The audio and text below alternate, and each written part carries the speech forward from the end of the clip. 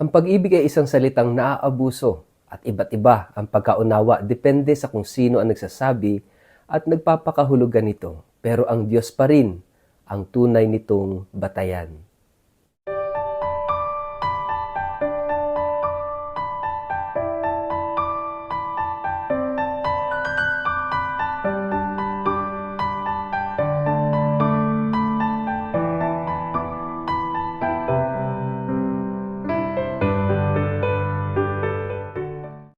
Ang mabuting balita ng Panginoon ayon kay San Mateo. Nagtipon-tipon ang mga Pariseo nang mabalitaan nilang napatahimik ni Jesus ang mga Saduseyo. Isa sa kanila na dalubhasa sa kautusan ang nagtanong kay Jesus upang subukin ito. Guro, alin po ang pinakamahalagang utos sa kautusan? Tanong niya. Sumagot si Jesus, ibigin mo ang Panginoon mong Diyos ng buong puso mo, buong kaluluwa mo, at buong pag-iisip mo.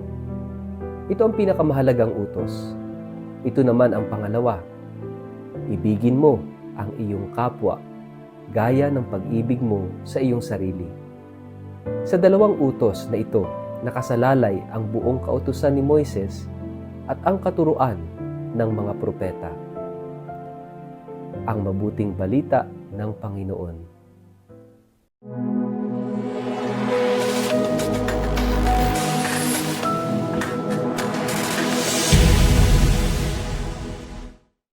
Mapagpalang araw po sa inyong lahat. Kumusta po kayo? Ang atin pong word of the day ay love. Bago po tayo magpalalim sa ating reflection ngayong araw na ito, muli ko na naman po kayong inaanyayahan na mag-like, follow at subscribe sa atin pong page na Word of the Day at Father Richard Lagos. Ganun din po pakishare ang video ito sa inyong kapamilya, kamag-anak, mga kaibigan at mga kakilala sa social media para sama-sama po tayo maging media evangelizers at online missionaries na nagpapalaganap ng salita ng Diyos, ng kanyang mensahe ng pag-ibig at pag-asa sa mundo ng social media. Mga kapatid, yung salitang pag-ibig, yung salitang love, sabi nga nila, ay isa sa mga most abused words sa ating panahon. Most of the time, itong love na ito ay abused because it is also misunderstood. Kaya napakahalaga na pakinggan natin ang ating ebanghelyo ngayong araw na ito because this is the centrality of the teachings of Jesus, ang pag-ibig. Bakit? Dahil ang Diyos ay pag-ibig. When we speak about love, we speak about God. Sana ito'y maging malinaw po sa ating lahat. Kasi madalas, yung love ina-associate natin sa like, which is totally different. Halimbawa, yung sinasabi nating, oh, I like your dog. Sinasabi natin, I love the dog. I love your dog. I like this bag. Oh, I love this bag. Nalilito tayo. Naguguluhan tayo. Ano ba talaga ang ibig sabihin ng love? Huwag nating ihambing o ihalintulad o equate sa salitang like dahil magkaiba yon. Dito sa ating gospel, ano ba yung konteksto? Ang mga tao sa panahon ni Jesus nagtatalo-talo dahil ang pinagtatalunan nila ay kung ano ang pinakamahalagang batas. Yung pinakamahalagang batas sa lahat. At may nagsasabi na ang pinakamahalagang batas ay yung law of the Sabbath. May nagsasabi na yung law about circumcision, pagtutuli. May nagsasabi yung about law of purity. Iba-iba ng pananaw, iba-iba ng pagtingin, at sila nagtatalo-talo. Kaya nga si Jesus, para subukan nitong mga Pariseo, ay tinanong, ano ang pinakamahalagang batas? At doon dinala ni Jesus sa pinakamahalaga sa lahat.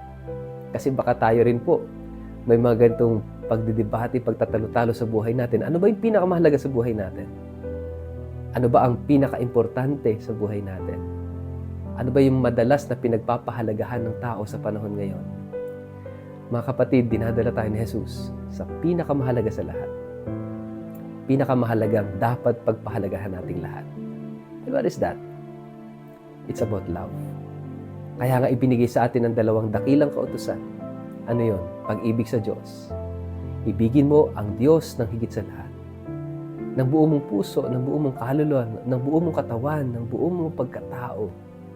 Lahat-lahat ng buo mong kaluluwa. It's the whole thing. Ito yung pag minahal natin ng Diyos, kinakailangan buo. Hindi half-hearted, hindi 50-50. No? Hindi pwedeng may ibang kahati. Buo. At anong sabi pa niya? Ito yung pangalawa. Ibigin mo ang iyong kapwa gaya ng iyong sarili. Two greatest commandment. Ito'y dalawang utos na parabang dalawang paa para tayo makahakbang at makalakad patungo sa Diyos. Because God is love. At ito yung pinakamahalaga sa lahat. At the end of the day, haharap tayo sa Diyos. Hindi tayo hahanapan ng mga achievements natin. Hindi tayo hahanapan ng mga narating natin sa buhay, ng ating mga naipundar sa buhay. Hindi kung gaano kalaki yung ating naitulong sa simbahan, naitulong sa kapwa. Hindi hanapin ng Diyos kung ano yung mga napagawa natin, napatunayan natin sa buhay. No. Isang bagay lang. Nagmahal ka ba? Nagmahal ka ba sa Diyos? Nagmahal ka ba ng kapwa mo? At itong dalawang batas na ito, hindi mo paghihiwalay. Sabi nga ni San Juan, ang nagsasabing mahal niya ang Diyos, pero hindi naman nagmamahal sa kanyang kapwa, ay sinungaling. Because our love for God is being manifested in our love for our neighbor.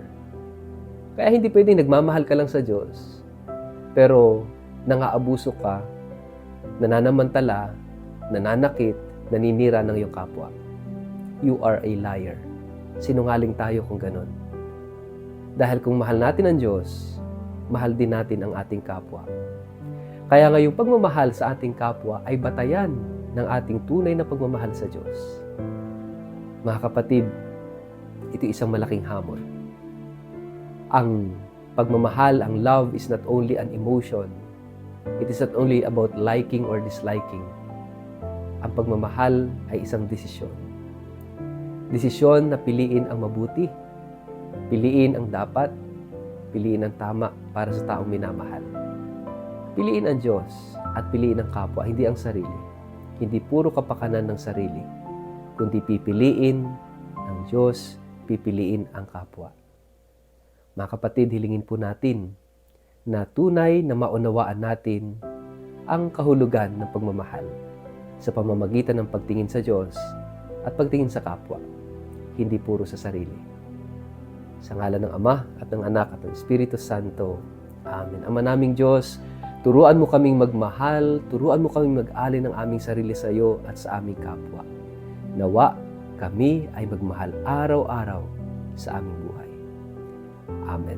Pagpalain po kayo at ingatan ng makapangyarihang Diyos, Ama at Anak at Espiritu Santo. Amen.